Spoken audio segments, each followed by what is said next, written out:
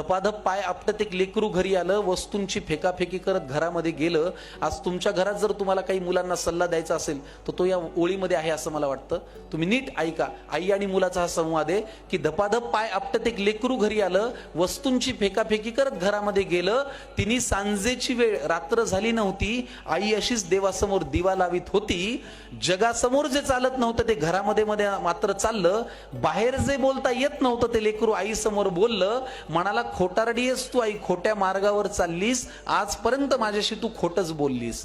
आशीर्वाद देताना काय म्हणतेस की माझं काहीच अडणार नाही आणि माझ्या बाबतीत कधीच काही वाईट मुळी घडणार नाही. आईपासून काय लपतंय तिच्या लक्षात आलं. तिने बाळाला घोटभर पाणी प्यायला दिलं. हुंदक्यांमधून वाट काढत पाणी पोटात गेलं. आई म्हणाली, आता सांग तुला काय झालं. तो म्हणाला, लोक आई विचित्र झालेत फार, सतत सगळे माझ्यावरती खाऊन असतात खार. त्यांच्या त्या अशांत अस्वस्थ नजरा मला कळतात.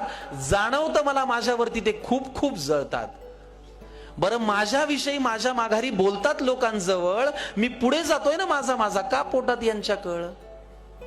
बरं, वाईट याचं वाटतं की या वाईट लोकांचा एक संघ झालाय आणि मी वाईट वागत नसून यांनी मला बाजूला केलाय. आई म्हणाली, बाळा तुला माझा प्रश्नच नाही कळला. मी तुला काय झालं म्हणाले, तू त्यांचा त्रास सांगितला. सोडून दे ना तुझ्यावरती ते रुसतायत का हसतायत, कारण तुला पूर्ण करायची स्वप्न ही तुझ्याच डोळ्यांना दिसतायत.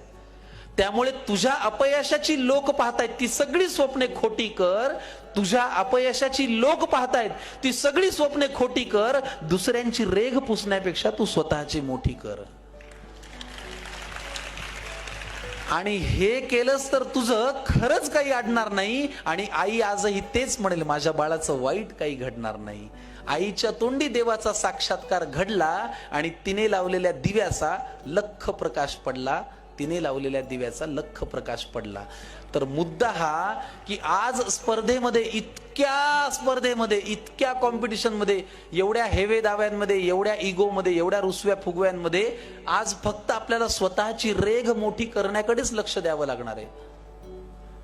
मला नेहमी प्रशांत दामले असं सांगतात, मलाही कधी कधी वाटतं की यार या लोकांची 6 पॅक बॉडी आहे, आपण सुद्धा करावी. सर मला म्हणतात, ते तुला झेपणार आहे का, तू खातोस वरण भात, तुला होणार आहे का ते. नाही, मग तुझ्याकडे काय आहे त्याचा चार्ट कर. मला आलेल्या विद्यार्थ्यांना हे सांगावं असं वाटेल की आज तुम्हाला जर असं वाटत असेल की अरे त्याला हे जास्त आहे, तर खरंच एक चार्ट करा की त्याच्यापेक्षा तुमच्याकडे काय जास्त आहे.